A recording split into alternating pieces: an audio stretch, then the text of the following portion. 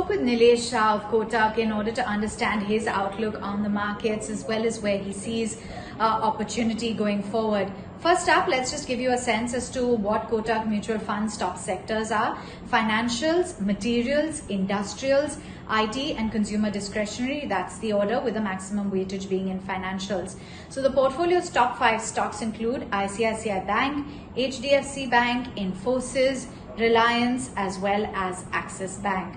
The recent buys have been Infosys, Reliance Industries, Hindalco as well as BPCL and SBI, with the recent sells being Vedanta, HDFC, Adani Enterprises, ITC as well as HUL. Now, Nilesh Shah spoke with us and he said that as of now, the markets are trying to ignore the immediate impact of the pandemic and that the vaccination is going to lead to economic recovery. He says that small caps are still 8% lower than the levels that we witnessed in January 2018. And as of now, it would be prudent to maintain a bottom-up approach. In fact, when you're picking out small cap stocks, he believes that that is the approach that one needs to take, given the fact that we have seen quite a bit of outperformance within the mid and the small caps.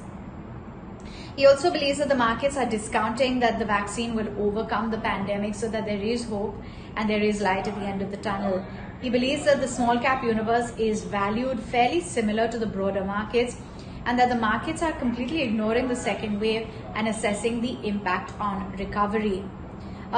In terms of earnings, Nilesh Shah said that the current quarterly earnings have been pretty much in line with what the street was anticipating and what analysts had expected, and that reasonable build-up for provisions have been built in, particularly by banks, in order to address and deal with COVID. Microfinance and commercial vehicle finance, he believes, are two sectors that are likely to be impacted a lot more due to the coronavirus, and he sees a shift to defenses like IT, Pharma and FMCG. That's a lot more likely. The governance standards in IT, according to him, are a lot better than some of the other sectors. And among defensives in these three sectors, he believes that IT will be more superior to the others. Cyclicals also, he believes, is a sector that could do well in case the economic recovery remains a bit normal. He believes that input pressures, weak demand are going to continue to remain key challenges for the auto space. And one needs to be very selective when picking out stocks within the auto sector, because autos are facing chip shortages, increase in metal prices, and they are likely to face tough times as well going forward.